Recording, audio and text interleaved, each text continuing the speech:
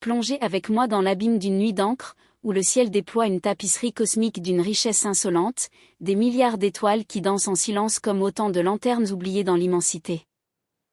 Pourtant, derrière cette splendeur qui coupe le souffle, règne un silence absolu, un vide qui étreint le cœur et fait naître une question qui hante l'humanité depuis des décennies: si l'univers est un océan infini de mondes possibles, pourquoi aucune vague ne vient-elle lécher nos rivages? C'est le cœur battant du paradoxe de Fermi, formulé lors d'un déjeuner informel en 1950 par le physicien Enrico Fermi, entouré de collègues brillants. Il parlait de voyages interstellaires, de la probabilité de vie ailleurs, et soudain, avec cette simplicité qui frappe comme un éclair, Fermi a lâché: où sont-ils tous?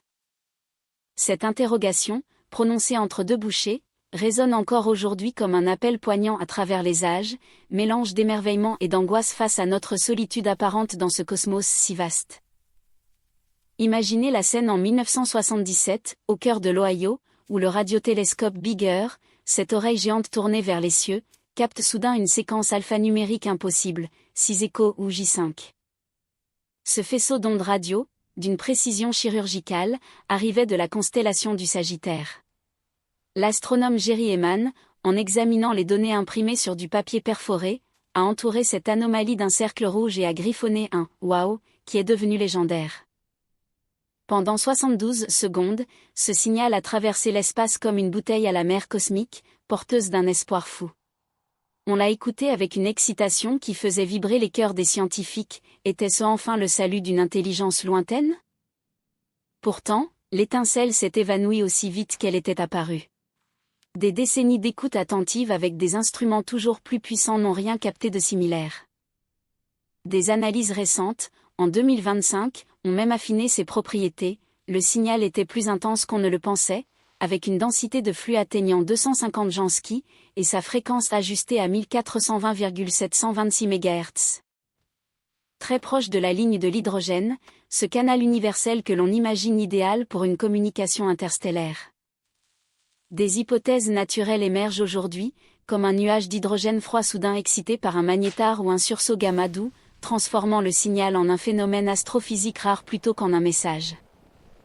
Mais cette incertitude même nourrit notre curiosité, elle nous rappelle que la science avance par question, pas par certitude hâtive, et qu'il faut persévérer avec rigueur pour démêler le vrai du mirage. L'équation de Frank Drake, ce cadre mathématique élégant conçu pour estimer le nombre de civilisations communicantes dans notre galaxie, renforce encore le mystère. Elle suggère que des milliards de planètes pourraient se nicher dans la zone boucle d'or, où les conditions permettent à l'eau liquide d'exister. Récemment, le télescope spatial James Webb a braqué son regard sur l'exoplanète K218b, située à 124 années-lumière de nous. Des observations en 2023, renforcées par des données de 2025 avec l'instrument MIRI, ont détecté des indices de sulfure de diméthyle et peut-être de disulfure de diméthyle, des molécules qui, sur Terre, sont produites presque exclusivement par la vie marine, comme le plancton. Imaginez l'émotion dans les laboratoires, des murmures chimiques qui pourraient trahir une biosphère océanique lointaine, un océan caché sous une atmosphère d'hydrogène. Pourtant, la prudence reste de mise. Des analyses indépendantes soulignent que ces signaux chevauchent fortement ceux du méthane, et que le niveau de confiance atteint seulement 3 sigma, loin des 5 sigma nécessaires pour une découverte confirmée.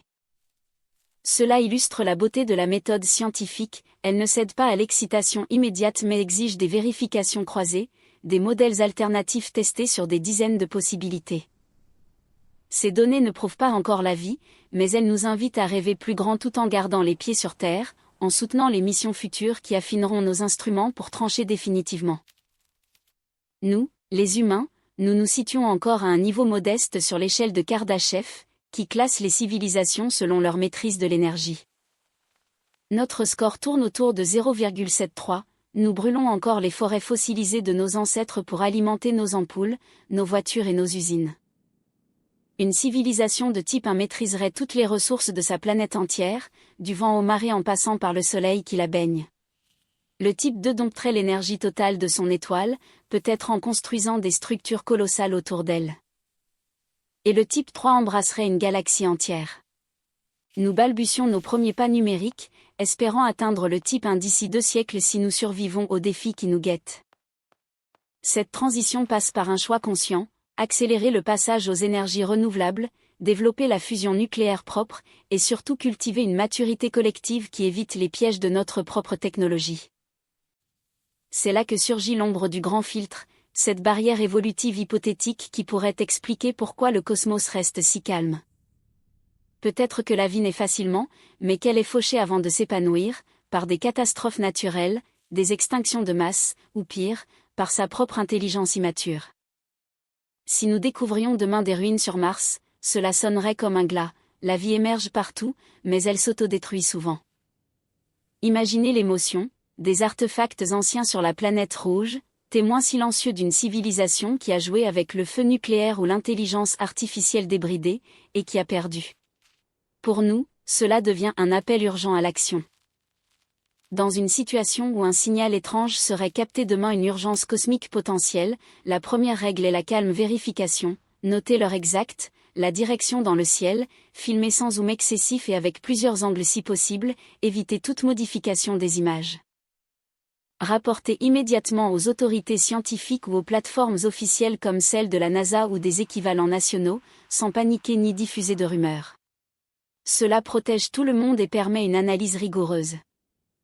La science nous enseigne que la peur irrationnelle est notre pire ennemi, la curiosité informée, notre meilleur allié. Une théorie plus sinistre encore porte le nom de forêt sombre. Chaque civilisation serait comme un chasseur armé dans une jungle obscure, où le moindre bruit attire la mort. Le silence n'est pas du vide, mais une stratégie paranoïaque de survie. Révéler sa position par des ondes radio, comme le craignait Stephen Hawking, pourrait équivaloir à un suicide collectif. Cette idée, popularisée dans la fiction mais discutée sérieusement par des astrophysiciens, nous glace le sang, et si les autres nous observaient déjà, tapis dans l'ombre ? Pourtant, des critiques solides émergent de la communauté scientifique. Elles reposent sur des hypothèses anthropocentriques que toutes les civilisations penseraient comme nous, avec peur et agressivité, et ignorent la possibilité d'une coopération ou d'une indifférence bienveillante. D'autres idées enrichissent le tableau, l'hypothèse du zoo, où nous serions placés en quarantaine par des entités avancées qui nous observent sans interférer, comme des naturalistes devant une fourmilière. Ou l'hypothèse de la Terre rare, qui suggère que les conditions pour une intelligence technologique sont si précises: stabilité géologique, lune protectrice, absence de catastrophe, que nous pourrions être presque uniques. Il y a aussi l'estivation, des civilisations avancées qui hibernent, attendant que l'univers se refroidisse pour optimiser leurs calculs quantiques avec moins d'énergie. Ou encore, les sondes de von Neumann, ces machines autoréplicantes qui pourraient rôder dans notre ceinture de Kuiper, silencieuses, enregistrant notre évolution sans se faire remarquer. Des anomalies persistent malgré tout. Le projet Héphaïsto a isolé cette naine rouge, dans un rayon de 1000 années-lumière, présentant un excès de rayonnement infrarouge entre 100 et 600 Kelvin. Cela évoque l'ombre de sphère de Dyson, ces essaims titanesques de satellites qui capteraient l'énergie d'une étoile entière. Imaginez ces soleils saignants, leur chaleur résiduelle trahissant une ingénierie cosmique. Pourtant, des études de suivi en 2025, avec des observations radio à haute résolution, ont révélé que certains candidats sont contaminés par des galaxies de fond obscurcies par la poussière ou des noyaux actifs de galaxies. Cela ne les élimine pas tous, mais cela nous rappelle la nécessité d'une vigilance extrême. La nature adore nous tromper avec des mirages spectraux. Le télescope James Webb continue de scruter ces objets, cherchant l'ombre d'ingénieurs extraterrestres drapant leurs étoiles de métal. Pendant ce temps, nos propres technologies brouillent parfois le tableau. Le signal BLC-1, détecté en provenance de Proxima Centauri, notre voisine stellaire, semblait prometteur. Il n'était qu'une interférence radio humaine, issue de nos équipements terrestres défectueux. Cette débâcle a renforcé la rigueur de la NASA. Désormais, l'étude des phénomènes anormaux non identifiés se fait avec la froideur de l'analyse empirique, sans préjugés. Des rapports récents de l'agence, en 2025 et 2026, confirment une approche multidisciplinaire, plus de données, moins de stigmas, pour la sécurité aérienne et la compréhension scientifique. Certains objets défient l'inertie classique, avec des accélérations instantanées sans sillage thermique visible. Mais rien ne prouve une origine extraterrestre, cela souligne plutôt notre besoin de meilleurs capteurs et de protocoles partagés internationalement. Pensez à ce que cela signifie pour nous au quotidien.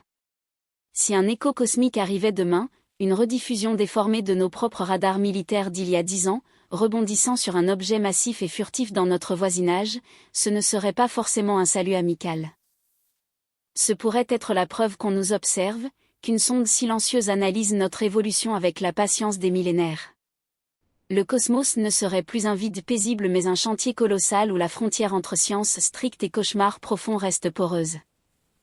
Pourtant, cette incertitude n'est pas une raison de désespérer. Elle est une invitation à grandir. Pour passer le grand filtre, nous devons choisir la durabilité, réduire notre empreinte carbone, développer une intelligence artificielle éthique qui nous élève plutôt qu'elle ne nous remplace, et cultiver une maturité politique qui transcende nos instincts tribaux. Des modèles récents estiment que les civilisations technologiques durent en moyenne quelques milliers d'années avant de s'effondrer ou de transcender. Nous pouvons briser cette statistique en agissant maintenant, en unissant nos efforts globaux pour une énergie propre et une exploration pacifique.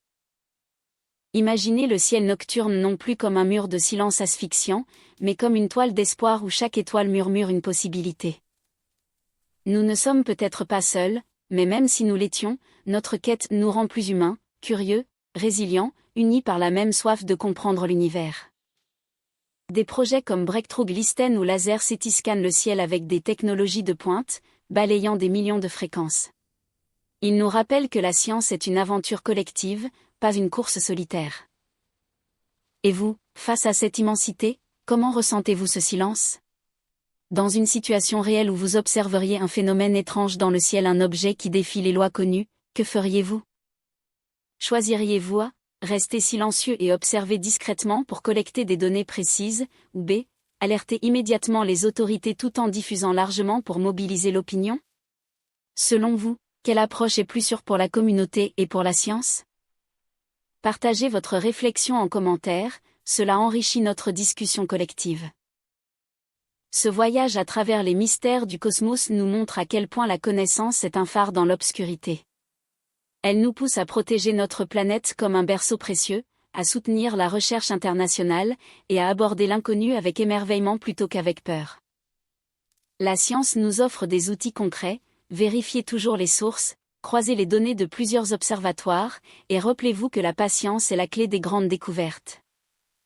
En vivant ainsi, nous augmentons nos chances de survivre au grand filtre et, qui sait, de rencontrer un jour nos voisins stellaires sur un pied d'égalité.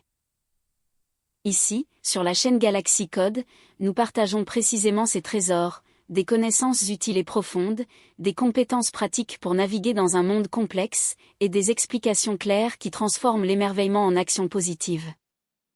C'est notre façon de contribuer à une humanité plus curieuse, plus sage et plus connectée à l'univers. Vous voulez que la chaîne explore quel sujet dans la prochaine vidéo ? Peut-être une erreur courante que beaucoup commettent face aux phénomènes inexpliqués, ou une autre énigme cosmique qui change notre vision du quotidien ? Quels problèmes rencontrez-vous dans la vie réelle ou sur Internet que vous aimeriez que l'on décortique ensemble ? Dites-le en commentaire, et ensemble, nous continuons cette quête. Si cette exploration vous a touché, si elle a allumé une étincelle d'espoir ou de réflexion, laissez un like et abonnez-vous pour que nous sachions que ces histoires résonnent en vous. La prochaine vidéo vous plongera dans un sujet fascinant, une faille que beaucoup ignorent encore et qui pourrait tout changer dans notre compréhension de l'espace proche. À très bientôt, sous le même ciel infini. Gardez les yeux ouverts, le cœur curieux, et avançons ensemble.